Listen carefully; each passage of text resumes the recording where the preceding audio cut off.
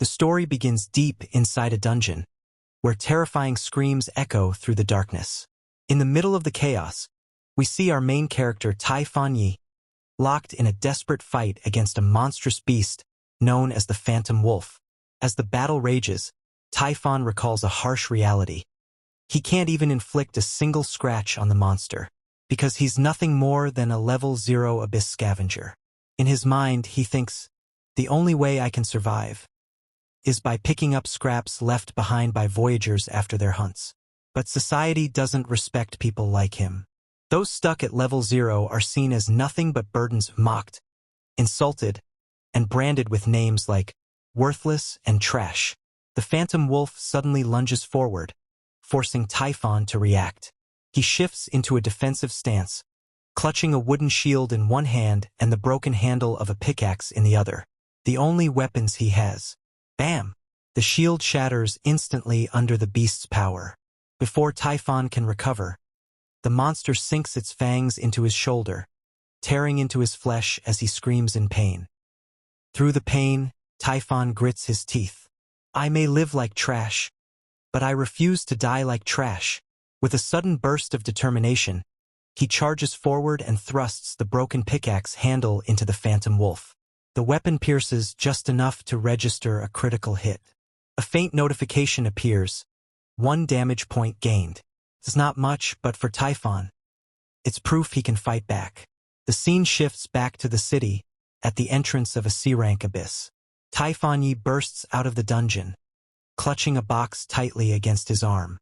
Behind him, another dungeon monster emerges, chasing him relentlessly. The moment Tai Fan stumbles out into the open, the monster leaps after him only to be sliced cleanly in half by an abyss manager stationed at the gate. Breathing heavily, Tai Fan Yi fell to the ground and carefully sets down the box. Inside are shimmering crystal resources he risked his life to collect in the abyss. But there's a harsh reality: no scavenger is allowed to keep such treasures. The managers strictly control the flow of resources, and a single C-rank crystal like this is worth 50,000. Tai Fan quietly begins cleaning the crystals, but before he can finish, one of the managers calls out to him. Hey kid, we'll be counting every single item. If you dare hide even one crystal, not only will you be fined heavily, you'll end up in jail. Understand? Tai Fan simply nods and replies, Don't worry, boss. I've been in this line of work for years. I know the rules. Just then, 2 more scavengers stumble out of the C-rank abyss behind him. Tai Fan takes a moment to gather his thoughts. Surviving a dungeon pays a base salary of 300. Add in a 0.1% commission on the scraps scavengers manage to collect, and that usually brings the total to about 600.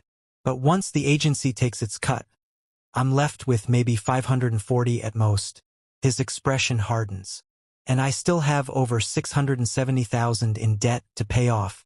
If I don't work harder, I'll never crawl out of this hole. Before he can dwell on it longer, a fellow scavenger interrupts him. Hey kid, there's a big job coming up with a commission rate of 0.3%. Interested? Tai Fan's eyes widen. 0.3%? That high? The scavenger smirks. Aren't you always short on money? If you're interested, join the team immediately.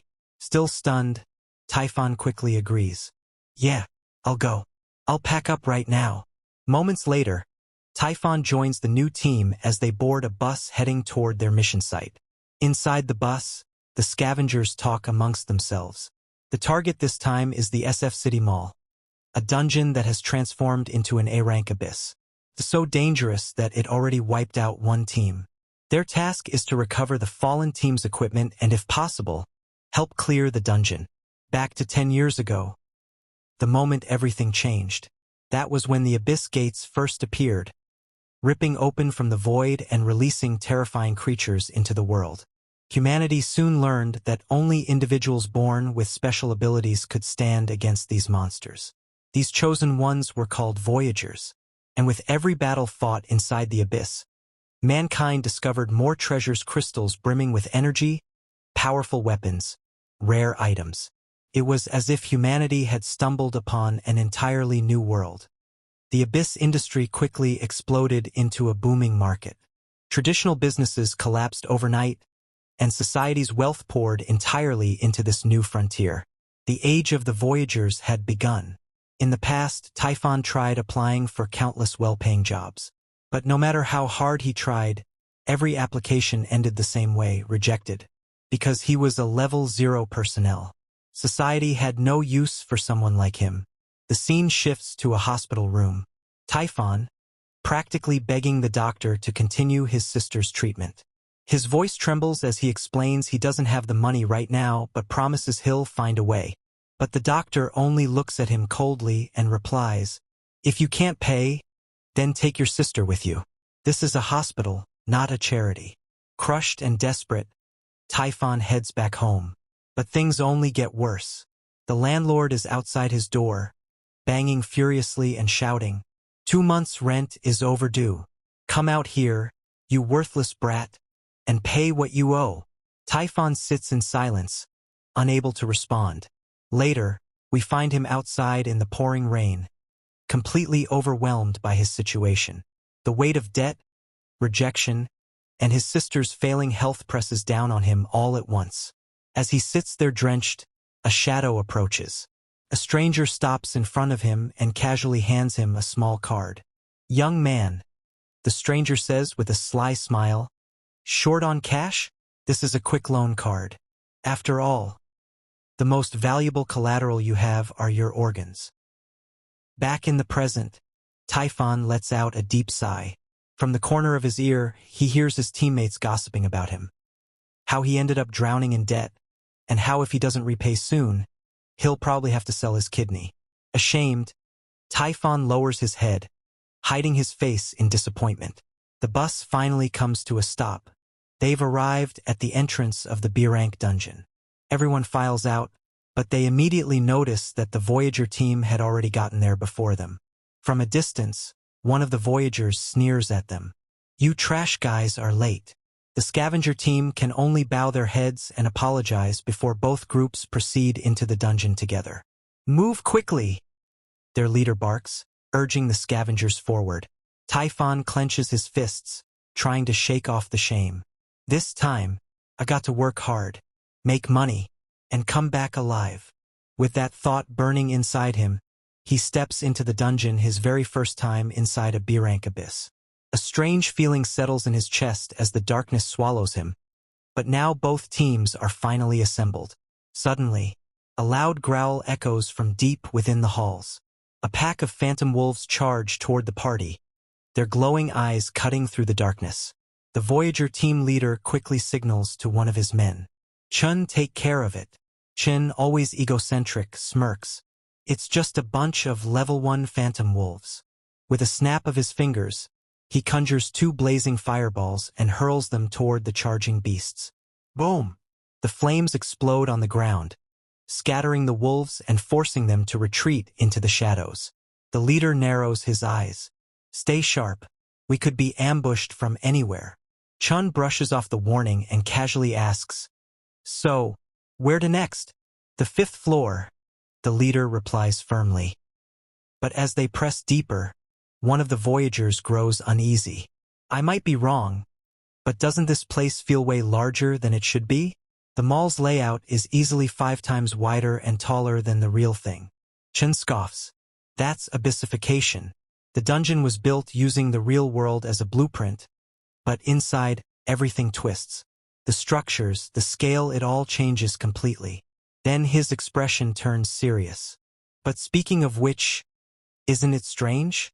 Why aren't there any traces, no corpses from the previous team? Hey, you trash guys, start searching for the bodies. Don't just trail behind us blindly." Chun barked, ordering the scavenger team around like servants. As he bent down to tighten his bootlaces, he smirked to himself, whispering under his breath with a wicked grin, "TCH? Level 0 trash will always be trash no matter where they go." Typhon, distracted as he scanned his surroundings, wasn't paying attention. He walked straight into Chun from behind. Bam! Typhon stumbled and fell flat on his stomach. "You fool!" Chun snapped, furious. He grabbed Typhon by the collar and slammed him hard against the metal barricade beside them. Getting bumped by trash like you is disgusting. For a second, I thought a monster touched me. Typhon struggled, unable to breathe as Chen's grip tightened around his shirt. Enough, Chen. The Voyager team leader's cold voice cut through the tension. Ignore the trash. We have a mission to complete. Chun clicked his tongue and shoved Typhon to the ground with contempt. Shitty bastard. Know your place, trash. On the floor, Typhon muttered under his breath. Fucking bastard. He picked up his cap, dusted it off, and stood back up quietly. Chun sneered and glanced back at the leader with mockery. So this is that professional team you were talking about? What a joke. He chuckled cruelly before spitting out the words. No matter where a level 0 goes, trash is still trash. Worthless. Nothing but a burden. If you enjoyed this chapter, make sure to like this video and subscribe to my channel. It really helps me grow so I can post more videos like this.